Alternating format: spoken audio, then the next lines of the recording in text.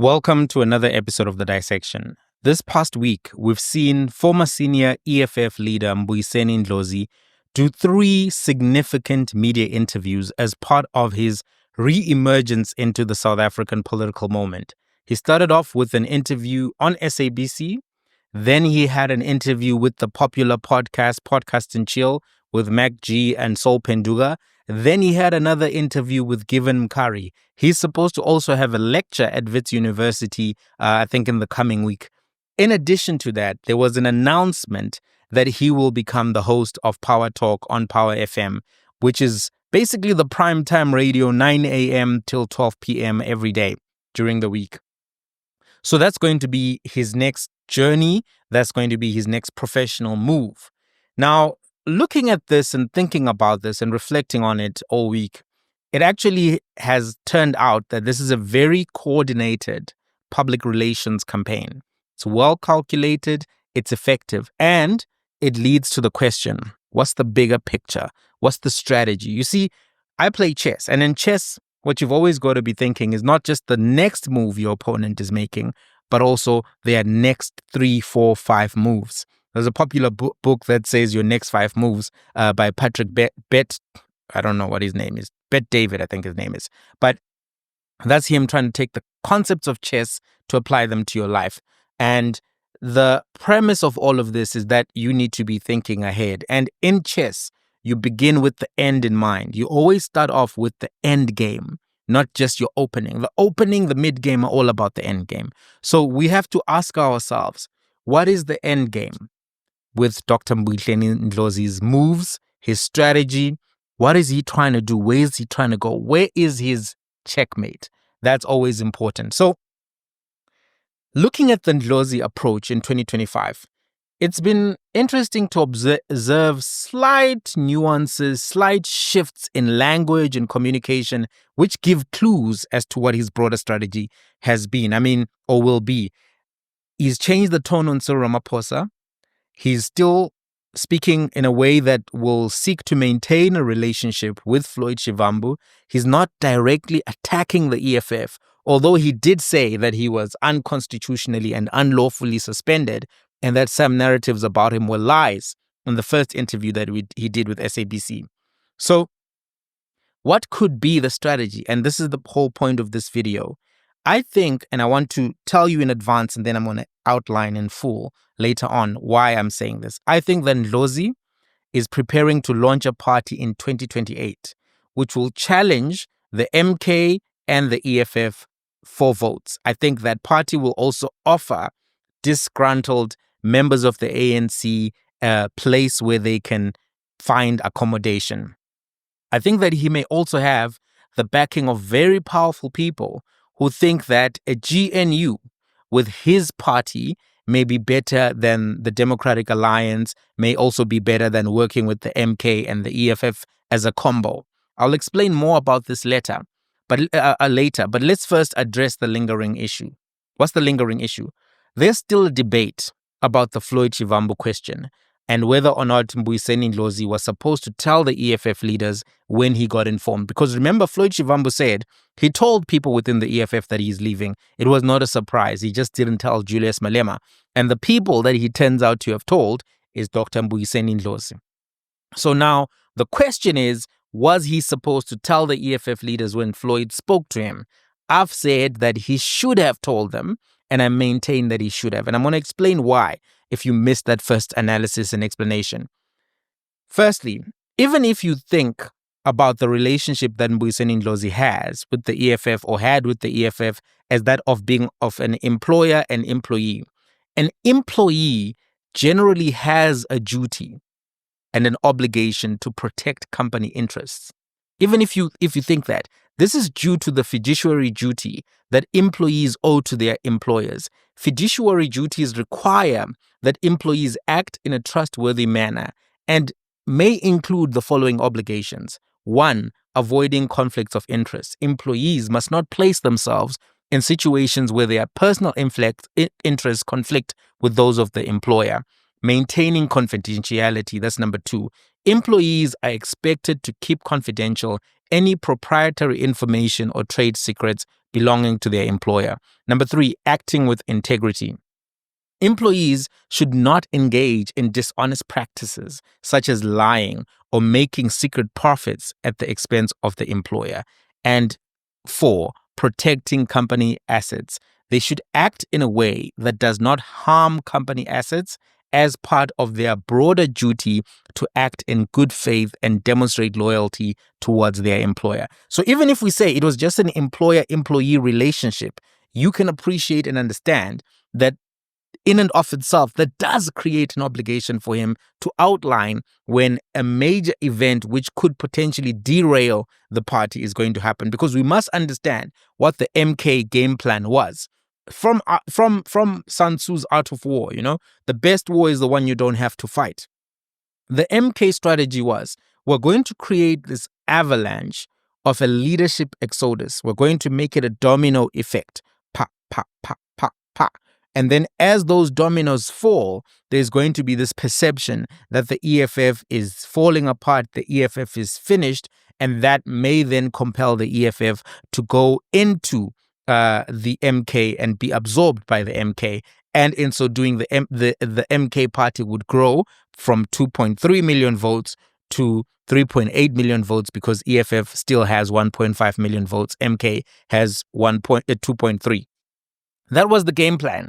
And it was very clear that the MK was trying to execute that agenda. That agenda would have been detrimental to the EFF. Let's be clear. But even if we go deeper, and we should go deeper, because a political party is not a company. It's a different dynamic, right? And especially when you're at the leadership level, you're not the same as a general member of a political party, as a leader.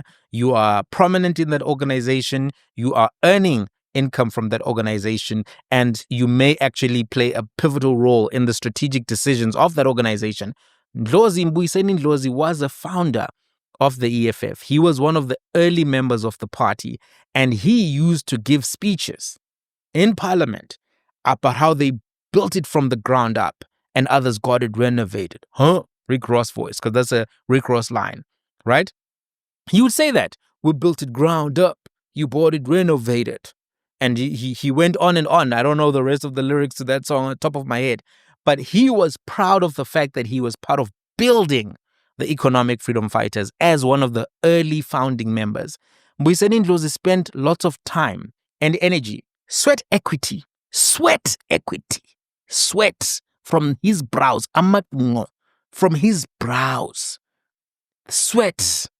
He was sweating, sweat equity, building that party, campaigning for that party, recruiting members, door to door to door. Door to door campaigning is not easy. You're going to be burnt by the sun, more sweat. You're going to be attacked by dogs. Somehow, some yards have got pit bulls. Once you're in there, pit bull, this is not a joke. Being on the ground at that level, putting in that sweat, putting your life on the line. This is beyond the fact that the EFF was feeding his family, clothing his family, paying his bills. He himself invested his time, his talents, his energy. He risked his own life campaigning for the EFF. Not only that, he asked people to join the EFF to commit their own sweat, money, and tears to grow it. Some people even died campaigning for the EFF. That's the truth. So based on that, I think that he had an obligation to protect his investment, his time, energy, and also his future leadership investment, his sunk costs, and moreover, the sunk costs of all those that he asked to join the EFF. As the leader, you have these obligations. You have the obligations. The idea that the friendship supersedes all of that, and he's not a snitch, so he mustn't snitch.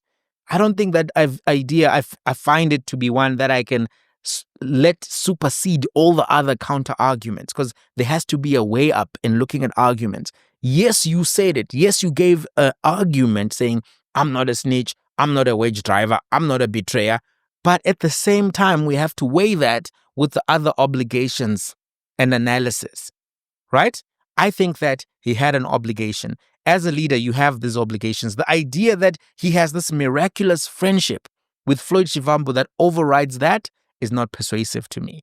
And I think that there's a layer of the conversation that he is omitting to maintain a perception as the good guy. I actually think that Floyd didn't just tell him he was leaving. I think Floyd lobbied him on this strategy, and he was not 100% sold, but he was willing to see how it played out.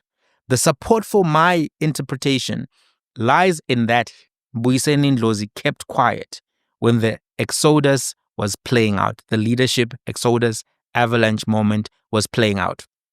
He kept quiet. He didn't tweet. He didn't do interviews. We know now, when Ndlozi wants to do interviews, he can do 3 in a week. 3, 1, 2, 3, boom.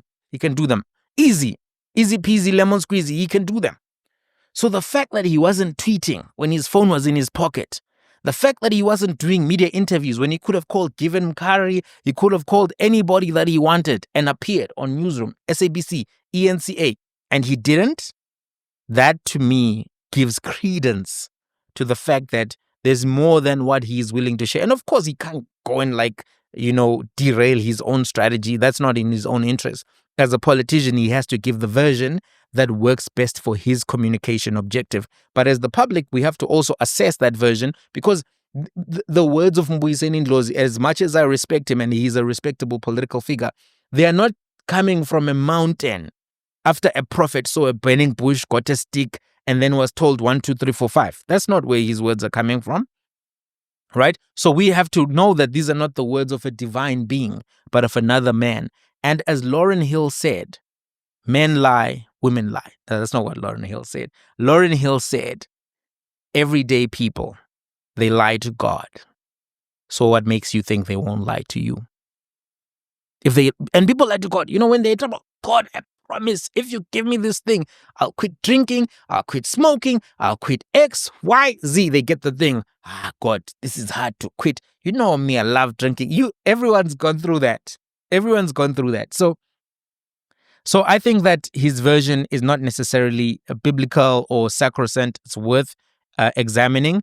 And I think that if we accept his version, that it was not his place to tell the other leaders of the EFF before Floyd told them, then we have to ask, why was it not his place to defend his organization when the attack happened? When your friend was calling other people gangsters? What difference would it have made, some people have asked, to warn the EFF in advance? Telling the EFF in advance would have allowed them to make contingency plans, to implement their crisis communication strategy, and maybe even to expel Floyd Shivambu before he could do damage. Because that would have been a different conversation. We've expelled him is different from, he's my friend, he's my brother, he's going to organize my funeral, we're blood brothers, etc., etc.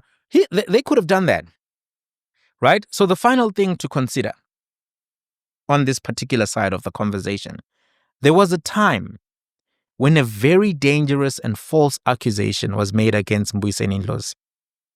It was being circulated on social media. I'm not even going to give it the respect of telling you what the allegation was, but it was very serious. And it could have ended his political career, his career as an academic, his space to operate in the public at all, because the allegations were so serious. And they were being also massaged by certain people in the media who were trying to create a narrative. Remember, there was a time when the EFF trash was ransacked, condoms were taken and frozen by an unscrupulous journalist, etc., etc. I'm not even going to discuss those allegations. But what is critical to note is that the EFF defended him in full force. At the leadership level, on the social media platforms, ground level, they defended him.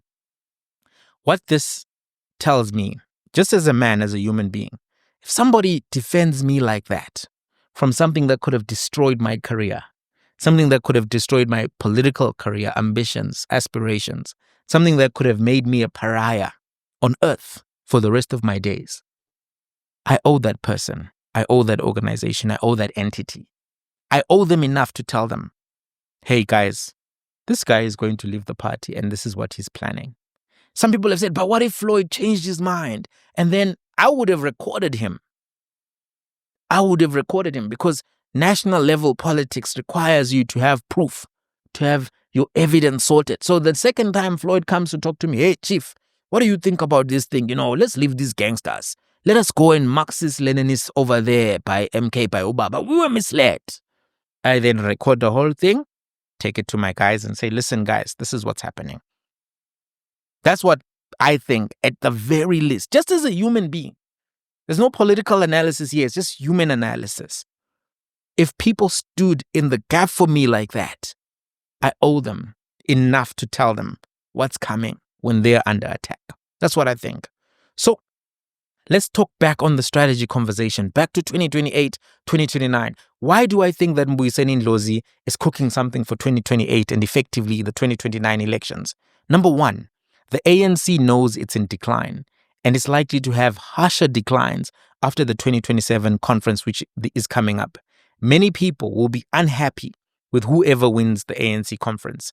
The front runners early into the conversation are Paul Mashatile, who's been accused by News 24 of massive scandals, Panyaza Lesufi, who's been accused of scandals, Fikile Mbalula, who many people are critical of his demeanor, his temperament, also has been accused in various publications of a variety of things. I've lost track. Different people do not like these people for different reasons. And after the ANC elective conference in 2027, many people will be unhappy, one side or the other side, and they'll be looking for a new political home and a new party to support. To work as a strategy, this new political vehicle, COPE 2.0, if you will, or COPE 3.0, because if MK is COPE 2.0, then this one will be COPE 3, right? And this Congress of the People, which was a political party founded after Zuma won the election and influenced in its founding by Thabo Mbeki, as said by JJ Tabane and others. I've met people along the road who've told me that, Mbeki was behind COPE, but JJ Tabane is my source. If anybody tries to say anything, I got it from JJ Tabane, right? So there'll be no litigation in that respect, Mr. Mbeki. JJ Tabane said it first. So to work as a strategy, this approach needs a name which is respected. It needs a household name, and it needs somebody who has the political talent to debate and communicate. And it helps if you can sing. Who has those talents in South Africa? The capacity to communicate, the capacity to debate, the capacity to sing, and the political credentials on the left to go with that. Who has that CV where they've been in parliament, they've been on everyone's screens, they've been on everyone's social media, and they've been on musical albums where people have heard their voice? Who has that talent? Who has that on their CV? None other than Dr. Mbuyiseni Ndlozi. He is a perfect vehicle for a post-2027 ANC elective conference political move.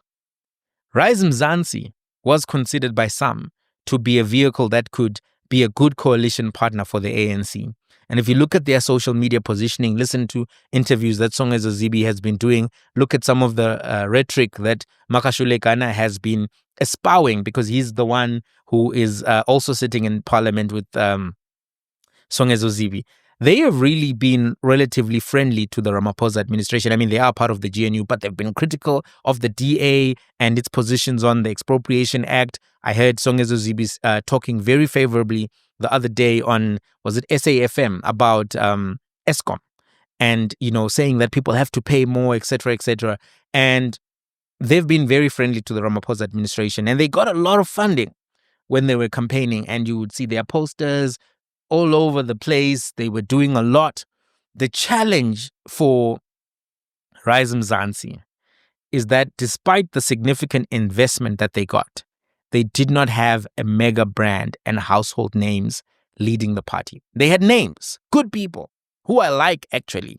I like Songezo Zibi. I like Makashulekana. I like all of these people who are in the party, But the reality is they are not the same level of household name. They are not. In the end, Rise Mzansi was only able to get 68,000 votes. And that's not enough to make a governing coalition. That only counts for 2 seats, less than 1%. So the reality is you need more. You need a Ndlozi character, right? Either that or a musician. That's why Bobby Wine worked quite well in Uganda. as a voice, young voice. Ndlozi has those political talents. You can't take it away from him. I can't take it away from him. That's who he is. That's what he has. That man is got girls singing those struggle songs. They'll be playing those struggle songs on their radios in the cars, etc., etc. So that's number one. The ANC knows that it's in decline. And some people within the nexus of influence and power within the ANC will be happy to fund and support a young, well-respected leader. Somebody actually told me that Mbalula was speaking very friendly about Mbuyiseni Ndlozi and talking about how they will try to approach him. But that's off the record. I can't bring them here to tell you that. But they did say that those conversations are happening, right? I know, and I can tell you now, when I was at the results center, there were people at the results center when the election results were being announced who were pushing for Ndlozi to be the next leader of the EFF in the 2024 conference that passed. I was there at the results center. They were telling me this stuff. They were having conversations with other commentators, analysts, political figures on the ground, and the appetite for Ndlozi was high. This showed me that he had support in the senior media circles. And this has now been confirmed further by the moves that he made this week. To have given Curry make the kind of moves that he did, to put him on Power Talk, to make him one of the key voices on Power FM, that shows me that those relationships have existed. Julius Malema has alluded prior that he has got relationships there at Newsroom Africa, etc. So I know for a fact, because at the Results Center, I was speaking to many senior journalists, many other types of journalists, and I got an understanding. I can't tell you their names because, that would be snitching in a different way. I don't want them to not think of me as a place where they can, share their thoughts. But I can tell you for certain that there were people in those circles talking favorably about Ndlozi, and the appeal for Ndlozi for them is that he's less angry in terms of rhetoric, seems calmer, is more digestible as a sell to the broader public, as opposed to Julius's angry rhetoric. As well, now Julius has an international problem because the Americans are on his back because of singing the song. So Ndlozi doesn't have some of that baggage, right? So I can tell you that. Further, what I can tell you is that Ndlozi, therefore, can exist as a platform for those who are unhappy with MK, ANC, and EFF to go. He can potentially attract people who have also been discouraged to vote to show up. One of the things we have to be aware of is that the voter turnout has dropped significantly over the years to 58% because some people who are on the left are not that interested in the current options for a variety of reasons, right? Number one, they blame Zuma for the 9 wasted years and they buy into the state capture narrative. Those people are not going to go to MK. And there's a large number of people who are anti-Zuma, never Zuma. Then there are people who are unhappy with the 7 years of Ramaphosa, and they are not happy with the direction that the ANC is going. And they are going to be more unhappy once Ramaphosa is gone because he has his own cachet, his own historical legacy within the ANC, having held the umbrella for Mandela and all of that stuff. So there are people who are going to be further unhappy with the ANC after Ramaphosa leaves, and some who are unhappy with him even as things stand. They view there's a group of people who view the EFF as too angry, too radical, and are looking for something calmer. Some of them may even view the EFF as lacking the intellectual pedigree that they would like. Those people within the left in universities. There's a left in South Africa that is a bougie left, blue cheese left. Hey, the blue cheese left, they go to Brazil for conferences, etc., etc. But then they think that, the left in South Africa is not left enough for them. They are the most left of the left. Yeah, things we see out there. Anyway, that part of the left, they are not necessarily supportive of EFF, MK, ANC, and they're looking for a new thing, a thing that they can go and truly be left, truly make Jacobin proud. There's a publication that's popular in the left circles in America and stuff. There's a left like that. Now, the other community and constituency are those who are unhappy with a lot of politicians who they view as being corrupt. And if you look at many of the names that we've spoken about, they've been implicated in some scandal or innuendo or another. Ramaphosa with Phala, Zuma with all of the Gupta stuff, Shivambu with VBS, Malema with VBS, Panyaza Lesufi with the school fumigation scandal, Mashatile, everything that News 24 is reporting about him. Mbalula, I've seen, is it Ground Up or Amapungane write about his wife or something like to that effect. I can't remember all the details. But there's a lot of people in mainstream party politics as things stand right now with these smolanyana skeletons. And some of these skeletons ain't smolanyana, if we're honest. These are dinosaur skeletons. These are skeletons that even Mufasa cannot carry in his mouth. That's how big some of these skeletons are. There are people with cash that was found in their sofas that was not reported to the police, and the cash wasn't even rands. It was US dollars. Guys, the scandals are many. Unperfected, imperfected transactions, half transactions, almost transactions, just the tip transactions. I don't know. There's a lot. There's a lot of smolanyana skeletons. But Ndlozi doesn't have skeletons. He is skeleton free. That man is jelly when it comes to skeletons. That man is just a starfish in the ocean when it comes to skeletons. He be just moving like a flexible guy, like that guy who dances for Makadzi. You know, there's a guy who dances for Makadzi, the one with no bones. That's Ndlozi for you. And that makes him very attractive to some donors, some people who are thinking about the 2025 agenda and 2029. I want you to understand that it's not too early. The Democratic Alliance in 2019, towards the end of 2019, was already planning for 2024 and how they would go into coalition with the ANC. They calculated that.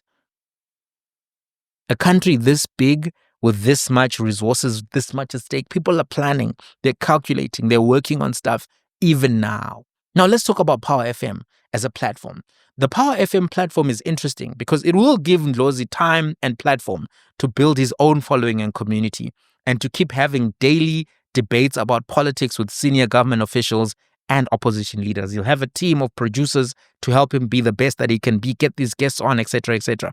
This will put him on the same level as the guests that he has, discourse-wise. And it will also allow voters in real time to compare Mbuyiseni Ndlozi to all of his guests directly. That's the danger of debating someone like Ndlozi on an international, not on a national platform, is that he's already been in politics. He's already worked as a member of parliament, etc. So when you debate him, people are comparing. There's a comparative. And you know, you don't want to be like Jay-Z when he did the Renegade song with Eminem, where then people then came back later to say, Eminem murdered you on your own track. You know your rap history, you know about that a little bit. So you don't want to be that. So number one, that's what Power FM will allow him to do. The second thing I want to say is that many politicians have emerged from media. And some notable examples include Helen Zille and another internationally, Boris Johnson. Boris Johnson and Helen Zille come from print media. In France, one of the most divisive right-wing figures is a guy called Eric Zemmour. Eric Zemmour rose to national prominence through his presence on radio and TV. He was an editor and panelist on Face Al Info, which is a daily show broadcast on C News. And it was broadcast on C News from 2019 to 2021. He placed fourth in the presidential elections in France. Fourth. And a large part of that was him using that right-wing news platform to grow. C News, in case you don't know, is a French television station which provides 24-hour national and global news coverage. It is the second most watched news network in France. Number two. So him having that show on the number 2 television station in France, to the moon. To the moon. It helped him. And placing fourth in France means one thing. If you were to place fourth in South Africa, of course, in South Africa, there's no direct election for president. It would be a political vehicle, etc., etc. But if you could use media to get to number 4, number 3, you may then have enough traction for the ANC to make a deal with you. Some people have also pointed out that Given Mkari has strong relationships with Johan Rupert. And this is something that we have to consider in terms of, will there be access to funding for him? Because we know that those strong relationships with Rupert were confirmed to a large degree when Johan Rupert went on to Power FM to have that conversation with Given Mkari. People have also pointed out that Given has relationships with President Cyril Ramaphosa, and Cyril Ramaphosa was actually supposed to speak on the same forum that Johan Rupert spoke, these conversations with the chairman, before there was a domestic abuse scandal that derailed that. If you remember, there was a big furor around that whole thing. But aside from what derailed the conversation, it therefore becomes clear that Given Mkari has relationships within the ANC and within Stellenbosch. And that is a unique position. So him going there in particular, do you see that it becomes like a close to ANC potential coalition partner for 2029? I think it's very clear. Ndlozi has also now been favorable in his comments around Naledi Pandor, saying that she could be the next president. I don't think that path is still available for Naledi Pandor, and I don't think he meant it literally. I think he was just reflecting, like, if I could pick a president, I would have picked Pandor. And this also suggests to me that he has her mentorship and support and access to her networks of funding and media, etc., etc. In a nutshell, I actually think that the Ndlozi strategy right now is to wait and work on building a community. I think this strategy can work for him because moving immediately will not be wise. The ground is shaky. The political situation right now is unstable. Things are moving. The MK party is fighting, and it could even be a toxic work environment. If you think about that, there were reports about confrontations between Dr. John Hlophe and Mzwanele Mani. And then we all saw the shots that were fired by Dudu Zuma in the direction of Floyd Shivambu. And this led to a letter from her father demanding an apology, and a letter of apology not apologizing to Floyd. And then a follow-up, the sequel to the first letter of the apology part 2, the blueprint coming from Dudu. Now she's like, okay, I'm sorry, everybody, including Floyd. My bad. But I mean, the damage has kind of been done in terms of letting the public know that some of the things that they were speculating about on social media are indeed true. The ANC is having a critical elective conference, and there are factional battles there as well. We've already seen some of the divisions between Fikile Mbalula, Panyaza Lesufi. We know that there are dynamics there that are at play, because we've seen how things shifted when there was that attempt to now say we're going to reconstitute the provincial executive committees in Gauteng and KwaZulu-Natal. I don't know what's happened to that project, but we know that the ground is not stable there. If you look at Action SA, the mayor in Tshwane is trying her best to create traction for the party, and she's also trying to do a thing. So if you look at the dynamics, all of these things, you've got local government elections coming up, you've got these parties having internal fights, factional fights, etc., etc. Starting now in 2025 would not be the best thing. The right thing is not to make a direct play. As Ndlozi, you're best served by being on the bench and warming up on the sidelines rather than being on the pitch. The pitch right now is like, it's like, what is that, Hunger Games? That first scene in Hunger Games where everyone is like, wow, boop, boop, boop, boop. It's too chaotic. Better to keep your cards to your chest, keep a relationship with the public, and wait. But I don't think that he's going to be in radio forever. I think that he's got political ambitions. And now he may very well have a path to being vice president in a coalition with the ANC and potentially becoming president of South Africa, right, in 2034. Don't rule it out. Don't rule it out. Think about it. Think about everything that's played out and see if that's not the end game. Let's have a conversation, though. I'm keen to hear what your take is on everything that's happened this week. But I'm seeing a clear, coordinated communications and political strategy. Are you not seeing the same? Am I imagining it? You know, before I've said some things that people thought, no, there's no way, etc., etc. And then time proved me right. Let's see. The best test, I always say, best test of analysis is time. What do you think, though? Let's have a conversation.